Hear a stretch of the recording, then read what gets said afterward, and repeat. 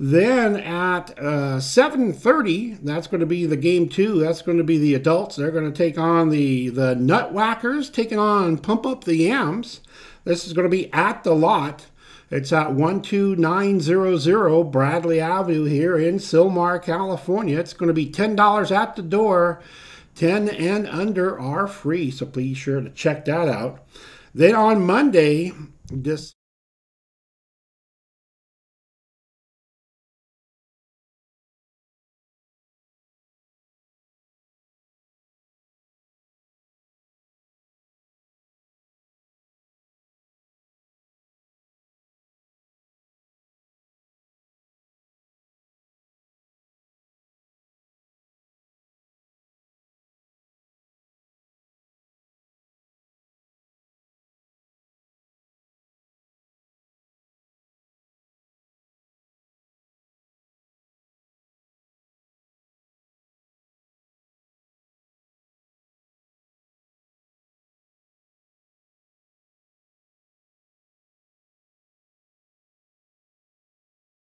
is a one-day officiating clinic. That's going to be hosted by the Ventura County Derby Darlings. It's going to be great for officials and skaters and NSOs alike. It's going to be $10 at the door, which does include lunch. So also bring a chair and bring some warm clothing. They do have a preliminary schedule has been posted, so please check out their Facebook page for more information on that. Now on December 11th, WFTDA announced that 13 additional leagues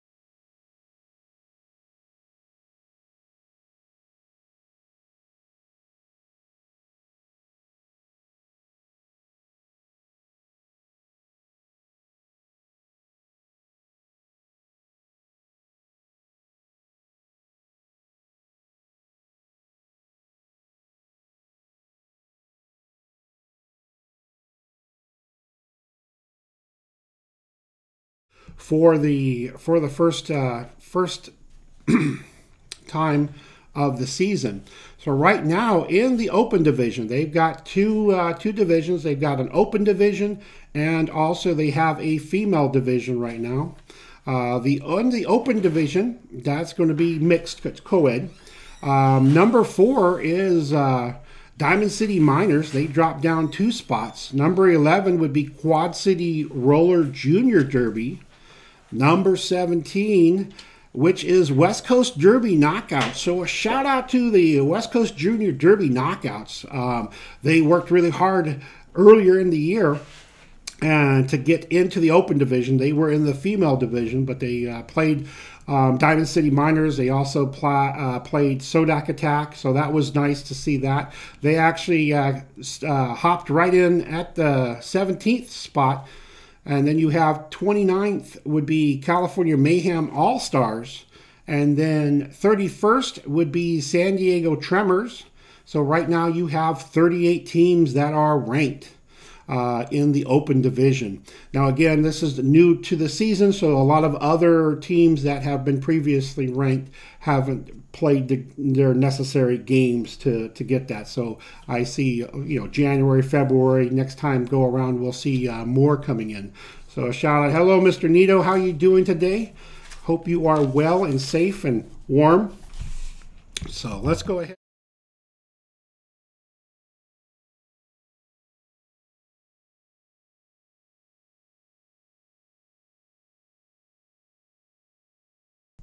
Sorry about that. We kind of lost our video, our audio on that one. So on the female divisions, you do have, in first place is the Santa Cruz Derby Groms. They are in first place. In third is Los Anarchists. They are ranked third. So out of 27 teams that are ranked, again, these are the first two up on the board for JRDA. Now, also, JRDA did announce their 2019 championships. That's going to be on July 26th through the 28th, and it's going to be in Loveland, Colorado. If you're familiar with Mayday Mayhem, they had that up in Loveland, I believe. So again, this is going to be the 2019 championships. That's going to be held up in Loveland, Colorado. Again, July 26th through the 28th. So really, that's about it as far as events going on over the weekend. Again, you've got the San Fernando Valley Roller Derby hosting their Winter Sleigh Charities. Again, they have game number 1, which is at 6:30. And that's going to be the juniors. And then game number 2 is at 7:30. So go ahead and check out their Facebook page. And you can get more information on that. Then again, Monday, the 17th of December, that's going to be this coming Monday, West Coast Derby Knockouts and Skating Plus will be hosting a benefit bout. So both of these bouts are for good causes. They are going to charities. The San Fernando is going to the Domestic Abuse Center, and then West Coast is going to go to those families that were affected by the Borderland shootings that took place again on May 7th.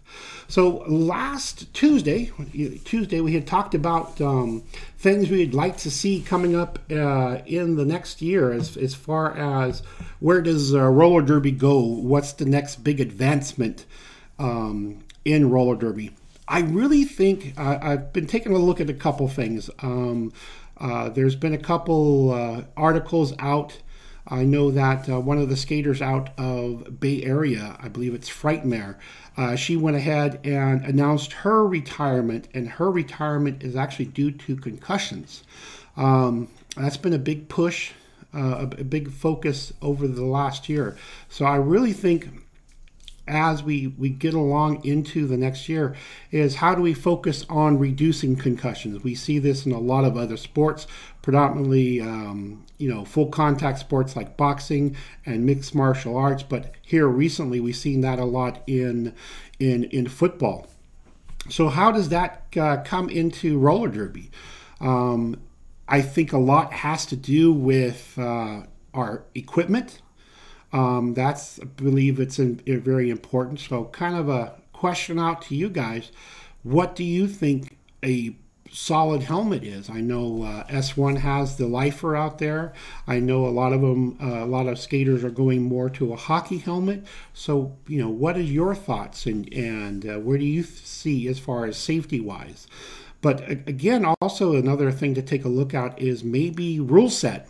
Maybe the sport has to change a little bit to provide more of a safety out there. So I'd really like to see what your guys' your comments are and where you guys think. Hey, Mr. Nito, if you could chime in, tell me what you think, because you've watched a lot of the bouts and stuff, and you've seen a lot of the injuries and stuff as far as that. Where do you guys, how do we protect the skaters a little bit more as far as that? Other things I'd like to see coming down, where we go from here. I think it's more of a spreading out roller derby to places that doesn't have leagues. That would be good, that can sustain them. But also areas that have leagues, more of deepening the relationship in the leagues, instead of having one league here with one team and one league here 15, 20 miles away with another team. I'd like to really see a league have multiple teams. A good example of that would be San Fernando Valley. I know that they have 2 travel teams. They have the OMGs, which is their WFTDA charter team, and also they have the Wipeouts. But they also have 4 home teams, and I like to see that. I know earlier in the at the start with Rat City, they had drafts, where they had new players that would be, met their minimum skills and stuff and are ready to bout, and then they go on to a home team. They would actually do drafts, and I think that would be, nice thing to see as far as an event for people to come out and see, like the NFL draft, but more like a league draft. So I'd like to see that. With that being said, other things I had talked about I'd like to see is with us losing resources, is replenishing those resources with more referees, more NSOs, more volunteers, kind of getting that back into it. Also, I think the rule set, like with Ventura County Derby Darlings, they're having that one-day clinic. That would be great for skaters too, because that helps them get a great look into the rules and be able to help gameplay and everything like that. But I'd like to see more double headers, maybe double headers or triple headers. Basically, you're getting more teams into one location, and then you can use the same resources. And so you're not being spread so thin. I know Mr. Nito, man, he drives a lot. He goes from the Inland Empire all the way out to Taft, down to San Diego and stuff. So, I know a lot of other photographers and other refs and stuff drive a great distance. So I kind of like to see that come by. Other things we had talked about too was looking at what's the next advancement for roller derby. I'd like to see what you guys think. What would you like to see as far as the advancement? I'd like to see maybe a collegiate, expand what we have as far as the juniors, and also as far as the men's and women's leagues, but also maybe get that intermediate, a collegiate league in for that transition. But the other thing too is where do we go? Do we go on to TV? Can we get with other organizations that can show the sport and broadcast the sport? And then also, where do we go to? Maybe the Olympics. I believe we do have the qualifications for that, and we also have the talent for that. So that would be something interesting to see. So let me know what you guys think about that. Where we should continue to go to prosper. Maybe there's a different format of skating. That's always nice. I've seen a lot this season too, where you would have besides roller derby, you have skaters getting into bowls. You've got skaters going into trail on trails and stuff like that. So a lot of them are doing that. So that's great thing to see. So not much else going on. Mr. Watson, what do you think? When you were talking about upcoming games this week, I want to know why I should watch some of those teams. Well, what's a good example on that? Why you should watch some of these teams? Now, explain to everybody that I'm not the Derby expert like you are. No. Mr. Watson, he is our residential non-expert. He basically just listens to me ramble about roller derby and hasn't attended roller derby yet. But that's, we've got certain things for him to do. We're actually looking to do a primer for the rules, as far as you've got friends, you talk about derby, they're like, hey, tell me about derby, and you could say, hey, you can go over to Big Papa's primer podcast and he could tell you all the rules.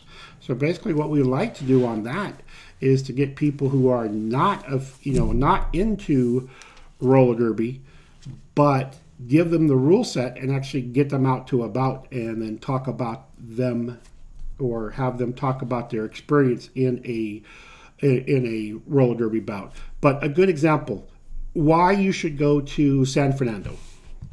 First of all, it is good for a good cause, the Domestic Abuse Center, that there. But what's really good is I've talked about how they have the 4 home teams, they've got their travel teams.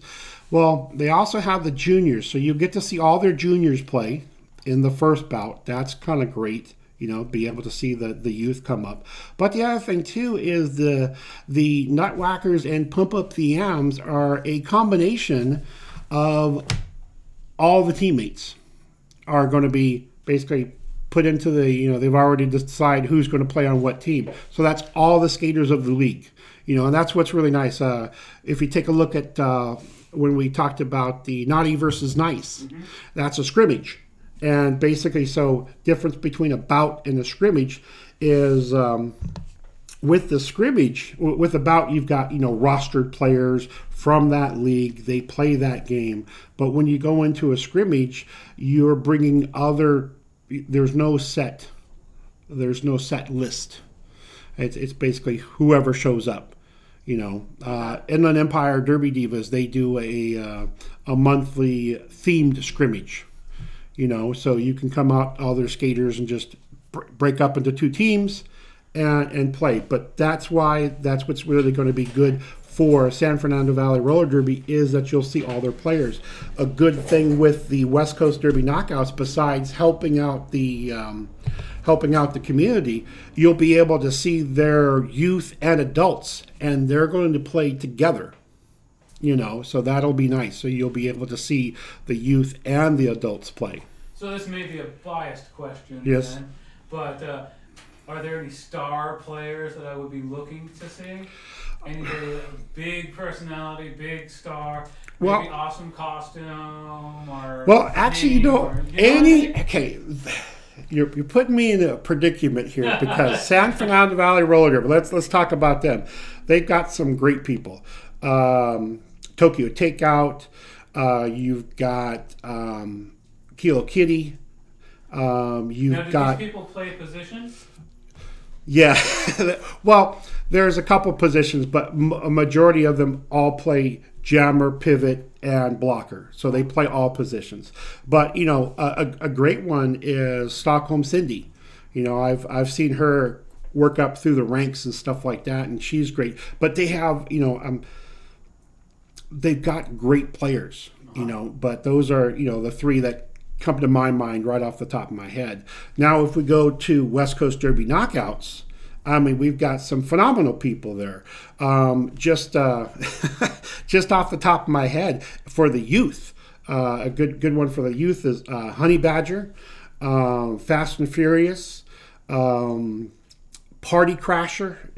Party Crasher is a blocker, and she will hunt down the jammer and knock the jammer out. So there's a lot. Rocky by Baby. So there's a lot of different as far as the youth. Then you go to the adults. You've got Brooklyn Dodger, you've got NaNoWriMo, you've got Hoodie Ninja, you've got, top 2 that come to my mind is Hurt Macklin, who's the captain. And man, she plays both sides, and as far as jammer and pivot and also blocker. And then another one that I've seen that she's just continuously each season up, bettering her skills as a jammer is Reapin' Rainbow. But you also have Ace of Skates out there. You've got a lot of Sucrose Overdose. So just to be able to go out there and see that, you've got some great people out there. That would just be neat. If I'm going out there, who am I looking for, and what kind of move or play am I expecting to see from that person? Oh, the one that really gets to me is to this day is Kilo Kitty. Kilo Kitty. She is going to be the captain. She's the jammer for San Fernando, and she's on the travel team. She's ONG.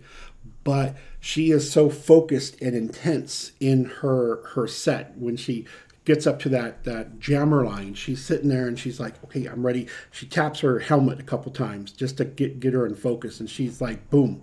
She'll shoot to the inside line, shoot the outside line.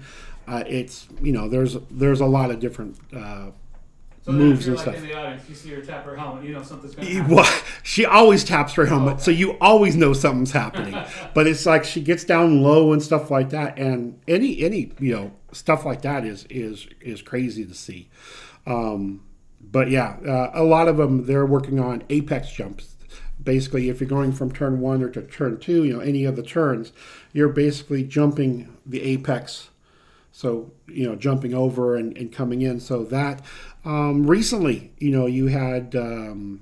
Testosterone, one of the jammers, one of the skaters from Vancouver, come down and give some clinics. You also had Miracle Whips that just basically invaded. She just basically invaded California and gave some really great clinics. So I'm actually really interesting to see their move sets and how some of the things that they do, how we're going to see that trickle into some of our games.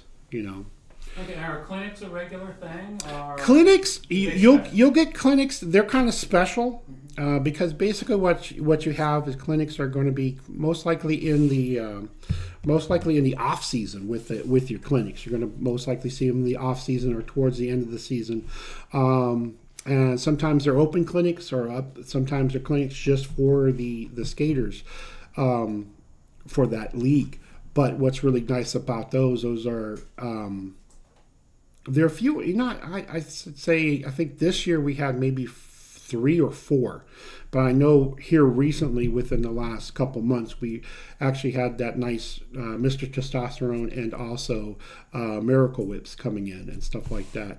And I think Mr. Testosterone may be coming back to Southern California early next year, so January, February time frame. So as far as those clinics. So we'll want to keep up on that. Oh yeah, we'll keep that up. Anytime that we do see that there are clinics that are open and being able to go there, that's what's really nice with Mr. Testosterone over with. He was hosted by Los Anarchists. On Saturday they had had it open just for juniors alone, and then on Sunday they had it open for adults, but adults only. So that was nice because it gave the youth the opportunity.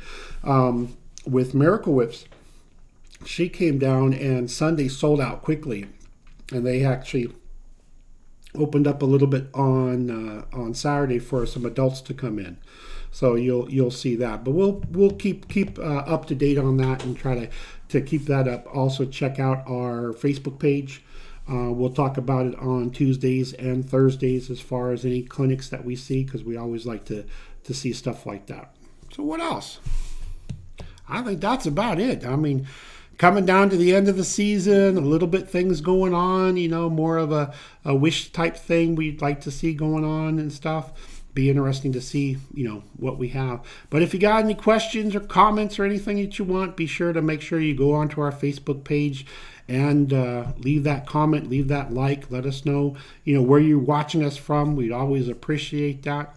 And also if you've got, a friend or family or coworker or somebody else that, you think this might help them out or they might be interested in, be sure to like and share it with them. We do appreciate that.